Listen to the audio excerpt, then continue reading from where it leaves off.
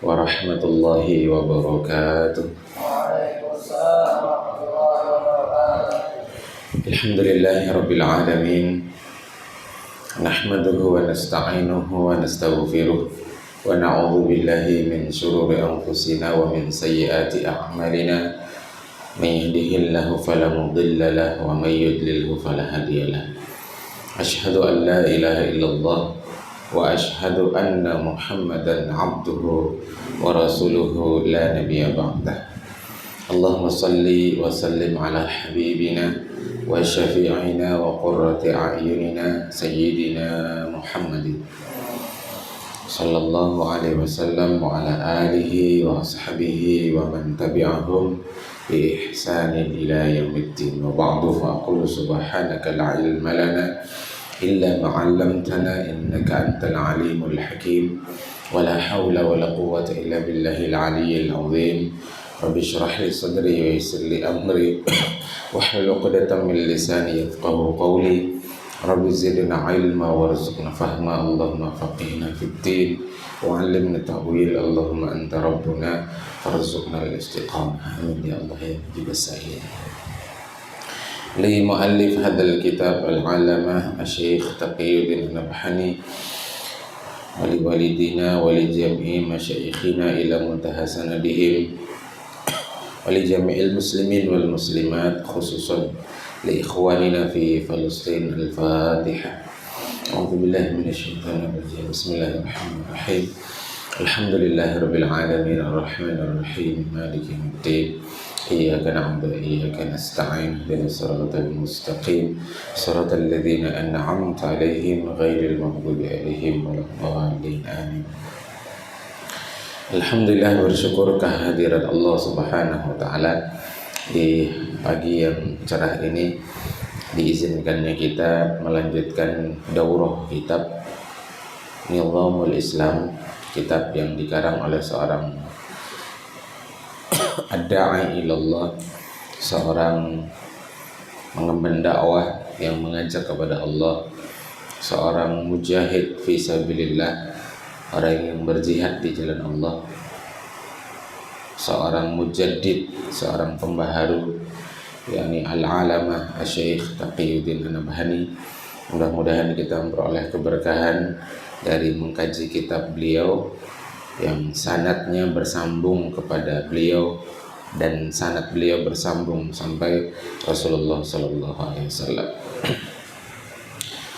Pagi ini kita melanjutkan di bab Anwa'ul Ahkam Syar'iyyah, jenis-jenis hukum-hukum syariat atau jenis-jenis hukum syarat.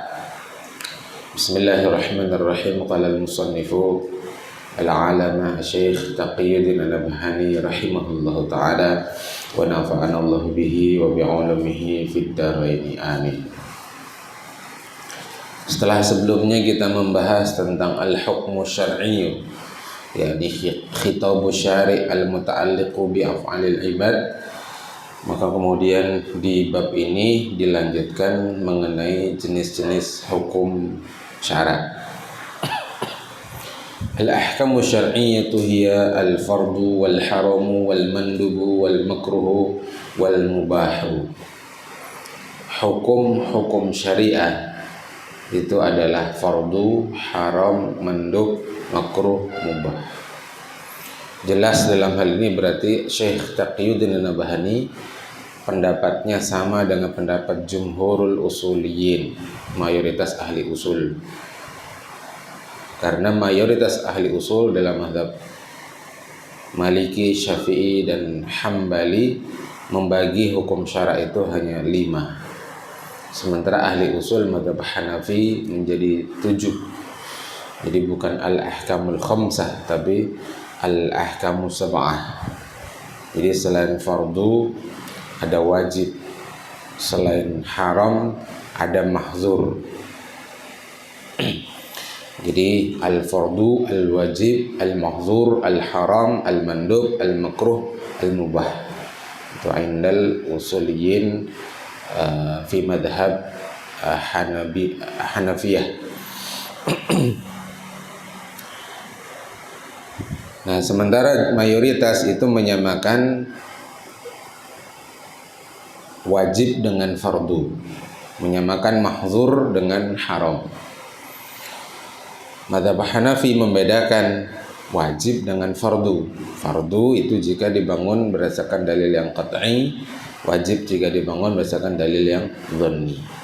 Mahzur jika dibangun berdasarkan dalil yang qat'i, dan haram jika dibangun berdasarkan dalil yang dhanni. Nah, ringkasnya demikian. Wal hukmu syar'iyyu imma ay yakuna bi khitabit talabi lil fi'li. Hukum syara' terkadang berupa seruan untuk tuntutan melakukan perbuatan. Wa imma ayyakuna bi khitabit talabi litarki, dan terkadang berupa seruan tuntutan meninggalkan perbuatan. Jadi dua saja khitab itu, ada li talabil fi'li dan yang kedua li talabit tarki. Fa in kana bi khitabi at-talabi lil fi'li fa huwa in ta'allaqa bit talabil jazimi lil fi'li fa huwa al fardu wal wajibu wa kilahuma bi ma'nan wahidin. Jika seruan tuntutan melakukan perbuatan itu berkaitan dengan tuntutan yang sifatnya jazim, sifatnya tegas, lil fi'li, untuk melakukan, fahuwal fardu wal wajibu, maka itu status hukumnya fardu dan wajib, dan kedua-duanya itu adalah satu makna. Jadi fardu dengan wajib itu bimaknan wahid. Wa in ta'allaqa bit talabi ghairil jazimi lil fi'li fahuwa nadbu. Dan jika berkaitan dengan tuntutan yang tidak jazim, tidak tegas, lil fi'li, untuk melakukan perbuatan, fahuwa nadbu, maka itu status hukumnya adalah sunnah atau nadab atau mandub. Wa in ta'allaqa bi khitabi talabi litarki fa in ta'allaqa bi talabil jazimi litarki fahuwa al haram wal mahdzuru wa kilahuma bi ma'nan wahidin. Dan jika berkaitan dengan seruan tuntutan meninggalkan, jika berkaitan dengan tuntutan yang sifatnya tegas, jazim, untuk meninggalkan perbuatan, maka namanya haram dan mahzur, dan kedua-duanya satu makna. Jadi boleh disebut haram, boleh disebut mahzur, itu satu makna. Wa in ta'allaqa bi talabi ghairil jazimi litarki fa huwal karahah. Dan jika berkaitan dengan tuntutan yang tuntutannya itu sifatnya tidak tegas untuk meninggalkan perbuatan, maka itu namanya karahah, sesuatu yang dibenci, sesuatu yang tidak disukai, makruh. Wa ala dzalikal fal fardu wal wajibu huwa ma yumdahu fa'iluhu wa yudammu tarikuhu. Atas dasar itu maka fardu dan wajib, ya, bimaknan wahid tadi, itu adalah apa-apa saja, baik perbuatan, perkataan yang itu dipuji pelakunya dan dikecam orang yang meninggalkannya. Wa yudammu tarikuhu. Aw ma yastahiqqu tarikuhul iqaba ala tarkihi. Atau dengan kata lain adalah apa-apa yang baik fi'lun maupun qaulun, bahkan i'tiqadun, ya, tapi ini katanya hukum syara, berarti fi'lun wa qaulun, yang berhak bagi pelakunya mendapatkan iqab, mendapatkan sanksi ala fi'lihi, karena dia melakukan, terloncat ya, betul aja ya. Tarikuhu al-iqaba ala tarkihi, jika dia meninggalkannya. Au huwa ma yastahiqqu tarikuhu al-iqaba ala tarkihi. Jadi wajib atau fardu itu adalah, ya, apa yang berhak mendapatkan sanksi orang yang meninggalkannya. Artinya tidak mengerjakan kefarduan. Wal haramu huwa ma yudhammu fa'iluhu wa yumdahu tarikuhu. Sementara haram itu adalah perbuatan maupun perkataan yang dicela pelakunya dan mendapat pujian orang yang meninggalkannya, meninggalkan keharaman tersebut. Aw huwa ma yastahiqqu fa'iluhu al-iqaba ala fi'lihi. Itu perbuatan atau perkataan yang pelakunya berhak mendapatkan sanksi atas perbuatannya. Wal mandubu huwa ma yumdahu fa'iluhu wa la yudhammu tarikuhu. Sementara mandub atau nadab atau sunnah adalah perkataan atau perbuatan yang dipuji pelakunya dan tidak dicela orang yang meninggalkannya. Huwa ma yusabu ala fi'lihi wa la yu'aqabu ala tarkihi. Persis seperti di Waraqat, ya. Atau perbuatan perkataan yang diberikan pahala atas perbuatannya dan tidak disiksa atas meninggalkan perbuatan tersebut. Wal makruh huwa ma yumdahu tarikuhu. Sementara makruh adalah apa yang dipuji orang yang meninggalkannya. Huwa ma kana tarkuhu aula min fi'lihi. Atau adalah meninggalkannya lebih utama daripada mengerjakannya. Itu makruh. Dan terakhir wal mubahu huwa ma dallad dalilus sam'i ala khitab syari'i bitakhyiri fihi bainal fi'li wa tarki. Mubah itu adalah perkataan, perbuatan yang ditunjukkan oleh dalil sam'i. Itu yang perlu digarisbawahi. Untuk menyatakan ini mubah itu tidak berdasarkan ra'yun akli, pendapat akal, tapi mesti bersandar kepada dalil sam'i, baik Al-Quran, As-Sunnah, Ijma'us sahabat maupun qiyas. Seperti kemarin ada Dr. Fauzan Muttaqin bertanya, Ustadz, Afwan via voice note saya dapat poin reward dari Alfamart, dapat hadiah berupa barang karena sering belanja di Alfamart. Apa hukumnya? Apakah termasuk riba? Jawabannya, menurut Syekh Ziyad Ghazal dalam kitabnya Masyru' Qanun Al-Buyu'i fi Daulatil Khilafah, beliau menyebutkan itu hukumnya mubah, boleh, karena termasuk al-hadaya at-taswiqiyah, bonus pemasaran atau bonus penjualan, dan dia dimasukkan dalam bab hadiah yang hukum hadiah adalah mubah. Hadiah merupakan sababun min asbabit tamalluk, satu sebab daripada sebab-sebab kepemilikan. Bahkan Nabi mengecam orang yang mengambil kembali barang yang telah dihadiahkan.